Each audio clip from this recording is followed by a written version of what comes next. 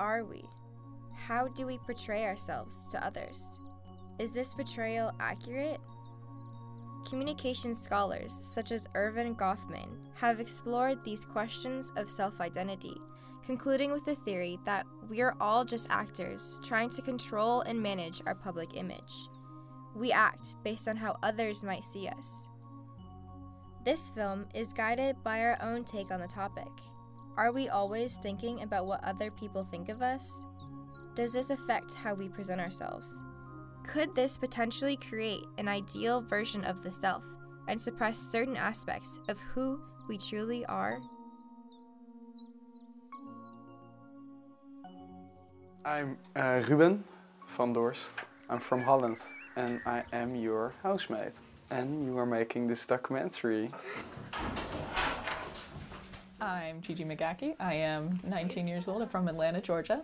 I don't usually think about how I present myself to others. I used to put a lot of emphasis on that, but now I'm like, just do whatever and see what happens. People I'm comfortable with, I'm definitely louder around. Make a lot more like mean jokes. Quieter around people that I don't really know and in more serious situations. Now is the time where you get to watch yourself. He got off the couch and he walked to the window. I'm like, why can't I understand that? I'm like, oh, Dutch. Me? Sting 'em. That's just when they kick the ball at football games. Yeah. Oh, that's large, JP. JP goes, you should just vacuum it out. Yeah. I don't think that's gonna work. They did surgery on a grape. JP, no, it's not working. As in, like, it won't get it out. You're so mean. I thought you were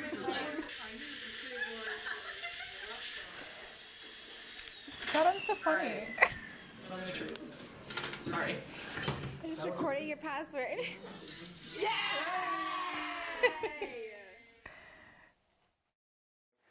I like being with people more than I like being with myself.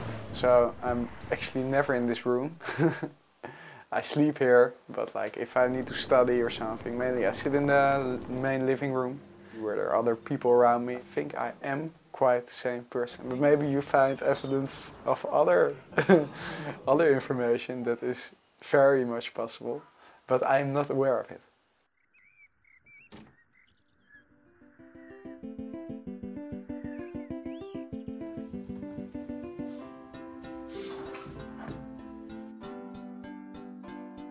Do you think you're doing anything different because of the camera? I think so. Yeah? Yeah. What are you doing different? Well, smiling. Smile. Making noodles. That's smiling when I make noodles. Normally I would be really stressed now because I have 2 hours for the deadline. Right.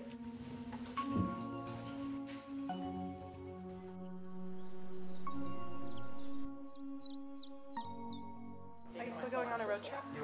Yeah, I want to though, but no one wants to explore Great Britain. I've never seen myself like this. It's really funny. Oh, Don't let me fall down. It's such long hair though. we cannot push them. See who survives.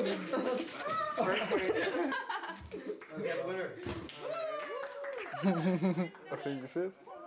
This was it. Really nice to have though, really funny. In the beginning, like I also made I forgot about it, but I made noodles with cold water and I didn't want the camera to show because I was like, fuck, that must look really weird. How did you feel watching yourself? Awkward. Yeah.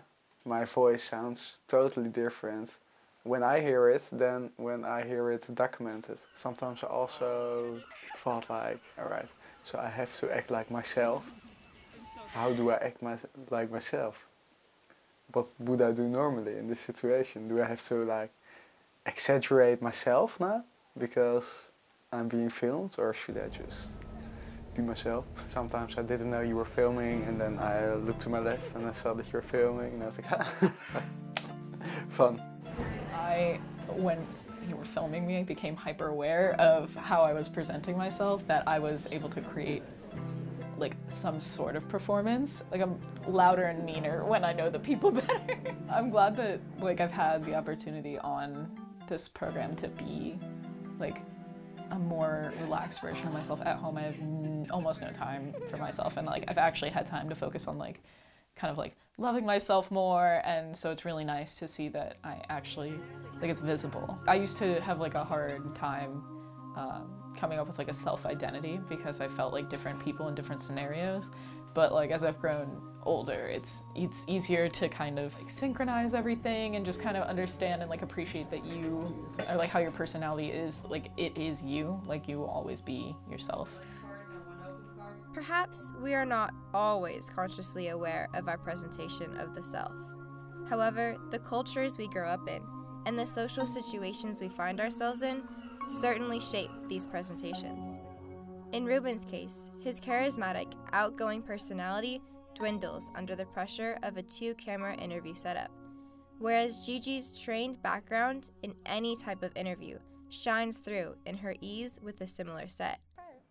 So, do we really change? Our self-portrayals may be dependent upon each social situation, but we are still who society raised us to be.